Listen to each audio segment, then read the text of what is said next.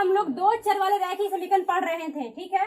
उसमें हमने कुछ बातें सिखाया था, वो बातें आपको याद होगी। वो बातें क्या थी? हमने बताया था कि दो चर रैखिक समीकरण में आपका दो इक्वेशन रहता है। मान लीजिए a1x b1y और c1 बराबर 0 हो और a2x b2y और c2 बराबर 0 हो, ठीक है। यानी कोई आपका दो इक्वेशन हो। कितने इक्वेशन कोई हो? दो इक्वेशन हो, यानी इक्वेशन फर्स्ट हो, इक्वेशन सेकंड हो। अगर विरोधी हो, अगर विरोधी हो, इसमें तीन हल बताए थे, जिसके एक हल होते हैं, जिसके अनगिनत हल होते हैं, जिसका कोई हल नहीं होता है। हमने इसमें तीन हलों के बारे में बात किया था। तो पहला बात करते हैं अविरोधी। अविरोधी का क्या हमने बातें निष्कर्ष निकाला था? तो अविरोधी को प्रतिच्छेदी हल कहते हैं। कहते हैं कि अविरोधी की रेखाओं क्या होती है? प्रतिच्छेदी होती है। अविरोधी की रेखाएं क्या होती है? प्रतिच्छेदी होती है, ठीक है। याद रखिएगा, अविरोधी की रेखाएं क्या होती है? अविरोधी की रेखाएं जो होती है वो प्रतिच्छेदी होती है। क्या होती है? प्रतिच्छेदी होती है। अब बात करते हैं हम लोग अविरोधी किसे कहते हैं? जब मेरा हल a1 बटा a2 बराबर नहीं हो, b1 बटा b2 बराबर नहीं हो, c1 बटा c2, तो कहेंगे ये क्या है? अविरोधी है। क्या है ये? अविरोधी है। अब बात अगर हम लोग करते हैं, कोई क्वेश्चन लिखा हुआ है 8x 3y 5 बराबर 5, 9x 7y बराबर 8, तो बताएं कि क्वेश्चन हमने दिया है 8x 5 और 8x 7y बराबर 8। बताएं कि इक्वेशन फर्स्ट, इक्वेशन सेकंड, बताइए कि इसके हलों की संख्या क्या है। बताएं कि इसके हलों की संख्या क्या है। इसके हलों की संख्या क्या है? तो हलों की संख्या देखने के लिए हम लोग क्या करते हैं? 8/9 करेंगे, 3/7 करेंगे और 5/8 करेंगे। हम लोग क्या देखें ना, 8/9 भी इक्वल 3/7 के नहीं हो रहा है और 3/7 भी इक्वल 5/8 के नहीं हो रहा है। यानी a1 बटा a2 बराबर नहीं हुआ, b1 बटे b2 बराबर नहीं हुआ, c1 बटे c2, तो ये अविरोधी है। क्या है ये? अविरोधी है। और अविरोधी के कितने हल होते हैं? बोलेंगे अविरोधी के एक हल होते हैं। कितने होते हैं? अविरोधी के एक हल होते हैं। तो इस तरीका से हम लोगों ने क्या किया? हलों की संख्या को देखा। अगर यही रहता मेरा a1 बटे a2 करते और बराबर आया था b1 बटे b2, अब बराबर जब नहीं आता c1 बटे c2, तो क्या कहते? तो बोलेंगे इसको कहते विरोधी। क्या कहते हैं इसको? विरोधी। और याद रखिएगा, विरोधी के हलों की संख्या क्या होती है?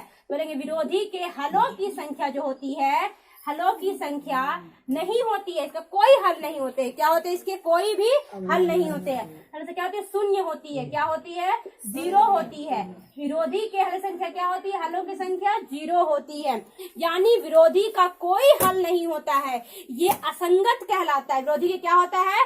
कोई हल नहीं होता है। लेकिन यही बात करें, अगर a1 बटे a2 रहे, बराबर रहे b1 बटे b2, अब बराबर रहे c1 बटे c2, तो कहेंगे अगर तीनों बराबर हो जाएगा तो ये कहलाएगा आश्रित। क्या कहलाएगा? ये आश्रित कहलाएगा। क्या कहलाएगा? ये आश्रित कहलाता है। और आश्रित जो होता है वो क्या होता है? बोलेंगे आश्रित जो होता है इसके अनगिनत हल होते हैं। क्या होते हैं? इसके अनगिनत हल होते हैं। अनगिनत हल होते हैं। तो कभी पूछ लेगा कि आश्रित कौन ऑप्शन दे देगा किसके अनगिनत हल होंगे, तो कहिएगा आश्रित के अनगिनत हल होंगे।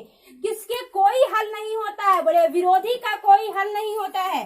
किसके केवल सिर्फ एक हल होते हैं? अविरोधी के केवल सिर्फ एक हल होते हैं। तो इस तरीके से पिछले क्लास में हम लोगों ने बातें को सुना था, बातें को जाना था और इस पे क्वेश्चन को हम लोगों ने एनसीईआरटी बुक से सॉल्व किया था। अब हम लोग आगे देखते हैं। समीकरणों को हल करने के लिए कितनी विधि का यूज होता है? समीकरणों को हल करने के लिए 5 विधि। कितनी विधि? 5 विधि है। 5 विधि है। और वो 5 विधि कौन कौन है? पहला आपका है तुलनात्मक विधि। क्या है? तुलनात्मक विधि। दूसरा आपका है प्रतिस्थापन विधि, प्रतिस्थापन विधि। और तीसरा आपका है लुप्तीकरण विधि, लुप्तीकरण विधि। और चौथा आपका है वर्ज्य गुणन विधि, वर्ज्य गुणन विधि। और पांचवा आपका है अनुपात निर्णय विधि।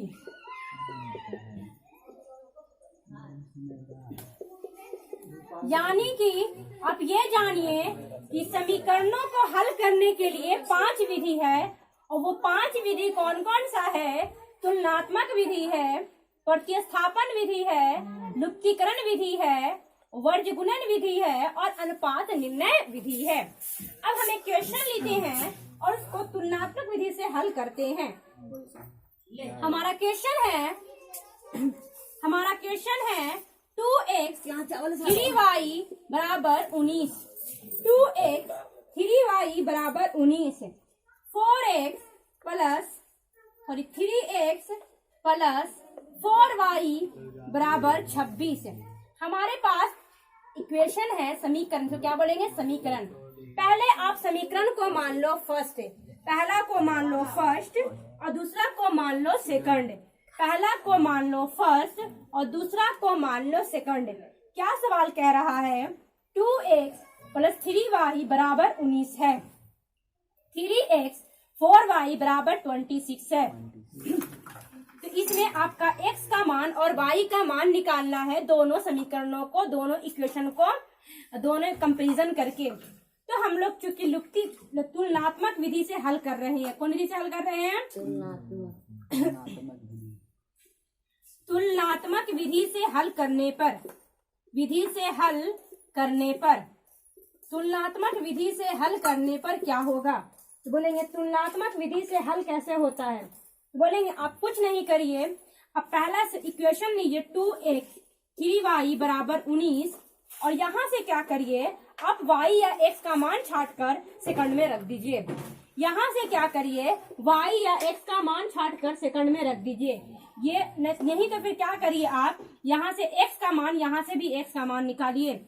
2x 19 का 19 उधर गया तो 3y हो गया, तो x का जो मान होगा 19 माइनस 3y बाई 2 हो गया। इसको थर्ड मान लीजिए। अब ये तो फर्स्ट हुआ मेरा, अब सेकंड क्या है? 3x 4y इक्वल टू 26 है। अब क्या करिए, 3x का 3x, y गया उधर तो क्या हो गया मेरा? 4y हो गया। तो x का जो मान हुआ 26 माइनस 4y हो गया। अब बटा 3 का 3, इसको मान लीजिए 4 थे। अब करिएगा, चूंकि समीकरण थर्ड और फोर में क्या है? एक दाया, इसका क्या है? ये बायां पक्ष बराबर है तो दायां भी क्या होगा? बराबर होगा। क्या कहिएगा कि समीकरण इक्वेशन थर्ड एंड फोर्थ में क्या है? फोर्थ में इसका ये वाला बायां जो पक्ष है वो बराबर है। क्या होगा? बायां पक्ष क्या है? बराबर है। बायां पक्ष समान है, बायां पक्ष समान है तो दायां भी बराबर होगा, अब यहाँ ध्यान दीजिएगा, दायां भी बराबर होगा।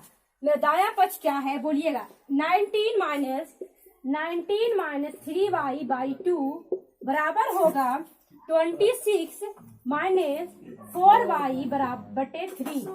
अब यहाँ पे आप सॉल्व करने के लिए क्या करोगे? यहाँ पे सॉल्व करने के लिए आप लगाइए, यहाँ ध्यान दीजिएगा। हम लोगों ने पहले क्या किया? तो पहले हम लोगों ने क्या किया, यहाँ पे मेरा सवाल था 2x 3y बराबर 19 और 3x 4y बराबर 26, इसको फर्स्ट और सेकंड मान लिया। अब हम लोगों ने विधि लिखा है तुलनात्मक विधि से हल करने के लिए। तो 2x प्लस 3y बराबर क्या है? 19 है। और तो यहाँ पे हम लोग क्या करेंगे, 2x का 2x छोड़ेंगे और 3y उधर गया तो क्या हो गया? -3y हो गया। क्या हो गया? -3y हो गया। अब जो मेरा यहाँ पे जो 2 है ये 2 आएगा नीचे, तो x का मान निकला 19 माइनस 3y बटे 2। इसको मान लेंगे इक्वेशन थर्ड मान लेंगे। अब मेरा जो इक्वेशन सेकंड जो था वो 3x 4y इक्वल टू 26 था। 3x का 3x और ये 26 का 26, 4 गया उधर तो माइनस 4y हुआ। अब बटा जो 3 गुना में था वो कहाँ आ गया, बटा में आ गया। इसको मान लेंगे फोर्थ। क्या मान लेंगे, इसको फोर्थ मान लेंगे। अब चूंकि हम लोग ये कहेंगे कि मेरे समीकरण थर्ड और समीकरण फोर्थ का क्या है, बोलेंगे बायां पक्ष जो है वो बराबर है, तो दायां भी क्या होगा, बराबर होगा। दायां भी क्या होगा, बराबर होगा। अब दायां का मान क्या है, 19 माइनस 3y बटे 2 है। अब बायां फिर ये फोर्थ, दायां में थर्ड का मान 19 3y बटे 2 है, और दायां का फोर्थ वाला इक्वेशन क्या है, 26 माइनस 4y बाई 3 है। अब यहाँ पे हम लोग क्या करेंगे, क्योंकि बराबर का निशान है तो क्रॉस मल्टीप्लाई करेंगे। क्या करेंगे, क्रॉस मल्टीप्लाई करेंगे। तो जैसे ही हम लोग क्रॉस मल्टीप्लाई करते हैं तो क्या होगा, बोलेंगे 19 माइनस 3y में कितना से गुना होगा, 3 से गुना होगा। 19 माइनस 3y में 3 से गुना होगा, और 26 माइनस 4y में 2 से गुना होगा। क्योंकि हम लोग क्रॉस मल्टीप्लाई कर रहे हैं, ठीक है। अब क्रॉस मल्टीप्लाई कर रहे हैं तो 19 में 3 से गुना करिए तो 57 हो गया, और 19 में ये 3y में 3 से करेंगे तो कितना हो गया, 9y हो गया। इक्वल टू 26 में और 2 से करेंगे तो 52 हो गया, और 2 चौके 8 यानी 2 4 जा 8y हो गया। अब क्या करिए, y वाले पार्ट को y तरफ लाइए और अंक वाले पार्ट को अंक तरफ ले जाइए। तो ये वाला y वाला पार्ट इधर आएगा तो क्या होगा, तो 57 का 57, ये 52 जो है 52 जो है ये प्लस में है। जब कोई संख्या प्लस के इधर आता है तो वो माइनस में हो जाता है। क्या में हो जाता है, वो माइनस में हो जाता है। ये माइनस 8y का 8y, और चूंकि कोई माइनस वाला संख्या बराबर के उधर जाता है तो वो प्लस वाला हो जाता है, ठीक है।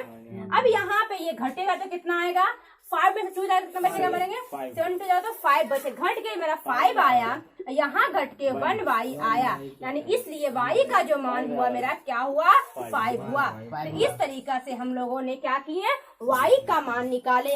अगर हमको x का मान निकालना है तो ये y वाला जो मान है, चाहे आप थर्ड में रखिए चाहे आप फोर्थ में रखिए।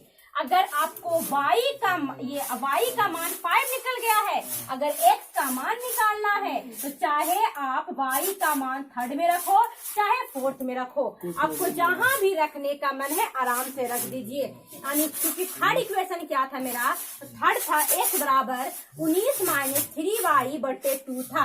अब 19 का 19 रखेंगे, 3 का 3, अब y का मान क्या है, 5 है तो 5 रखते हैं बटे 2 हो गया। अब 19 का 19, 5 तिहाई मेरा 15 हो गया, 15/2। जब ये घटाएंगे तो 4/2 आएगा, 2 दूनी 4, यानी मेरा x का जो मान हो गया वो 2 हो गया। क्या हो गया, वो 2 हो गया, यानी x का मान 2 हो गया और y का मान 5 हो गया। इस विधि को हम लोग बोलते हैं तुलनात्मक विधि कहते हैं। तुलनात्मक विधि कहते हैं इस विधि को। प्रतिस्थापन विधि क्या है वो हम बताएंगे, द्वितीयकरण विधि क्या है, वर्गीकरण विधि क्या है, अनुपात निर्णय विधि क्या है। पांचों विधि को पढ़ने के बाद आपको जो विधि हल्का लगेगा आप अपने से फिर उस समीकरण को सॉल्व करना शुरू कर दीजिएगा। तो इस क्वेश्चन को हम लोग फिर अगेन एक बार फिर से समझते हैं। यहाँ पे 2x प्लस 3y बराबर 19 था, इक्वेशन फर्स्ट था, और 3x प्लस 4y बराबर 26 था, इसको सेकंड माने थे। अब चूंकि हम लोग तुलनात्मक विधि से हल कर रहे हैं तो 2x 3y बराबर 19 था। यहाँ से हम लोग x या y का मान किसी को भी मान छाटेंगे, और छाटने के बाद हम लोग क्या करेंगे, बोलेंगे छाटने के बाद समीकरण यानी फर्स्ट में भी छाटेंगे और सेकंड में भी छाटेंगे, और दोनों के पार्ट का एक तरफ का पूरा हिस्सा इक्वल होगा तो दूसरा भी इक्वल हो जाएगा, और तिरछा तिरछी गुना करके हम लोग मान निकालेंगे। तो इस तरीका से हम लोग इस क्वेश्चन को सॉल्व करते हैं, ठीक है। इस पे हम लोग होमवर्क भी देंगे, आपको होमवर्क बना के लाना है। कितना पेज? अब होमवर्क आप लोग लिखिए घर से बनाने के लिए, ठीक है। आपका सवाल है x प्लस वाई बराबर 14 और x माइनस वाई बराबर 4, पहला सवाल। दूसरा सवाल आपका है √2x प्लस √3y बराबर 0, √3x और √8y बराबर 0। इन दोनों सवाल को आपको क्या करना है, तुलनात्मक विधि से हल करना है। तुलनात्मक विधि से हल करें, तुलनात्मक विधि से हल करें। और तुलनात्मक विधि से हल करने के लिए आपका होमवर्क है, तुलनात्मक विधि से हल करने के लिए क्या होता है, आप यहाँ से x या y का मान निकालोगे और यहाँ से भी x या y का मान निकालोगे, दोनों में एक ही का मान निकालोगे। और चूंकि दोनों में एक ही का जब मान निकलेगा तो किसका बायां पद समान होगा तो दायां भी समान करोगे, और दायां समान करोगे तो फिर क्रॉस मल्टीप्लाई होगा। और यहाँ से आपका जिसका निकाले हो, मतलब कि अगर x का मान निकाले हो तो y बचा है तो y का मान निकलेगा। और y का मान निकलने के बाद आप जो यहाँ पे x या y जो आप समीकरण छाटे हो वहां बैठा के x का मान निकालोगे। तो इस तरीका से बहुत सॉल्व करके बहुत ही आसान तरीका में हम लोग क्वेश्चन को सॉल्व कर सकते हैं। ये आपका बोर्ड एग्जाम के लिए बहुत इंपॉर्टेंट है। हर एक बोर्ड आप मान लीजिए बिहार हो या झारखंड बोर्ड हो, कोई बोर्ड है, इसके लिए बहुत इंपॉर्टेंट है हिंदी मीडियम वाले स्टूडेंट का, ठीक है। सो थैंक यू फ्रेंड मेरे वीडियो को देखने के लिए, और इस तरीके से आप वीडियो को देखते रहिए, लाइक और सब्सक्राइब करते रहिए।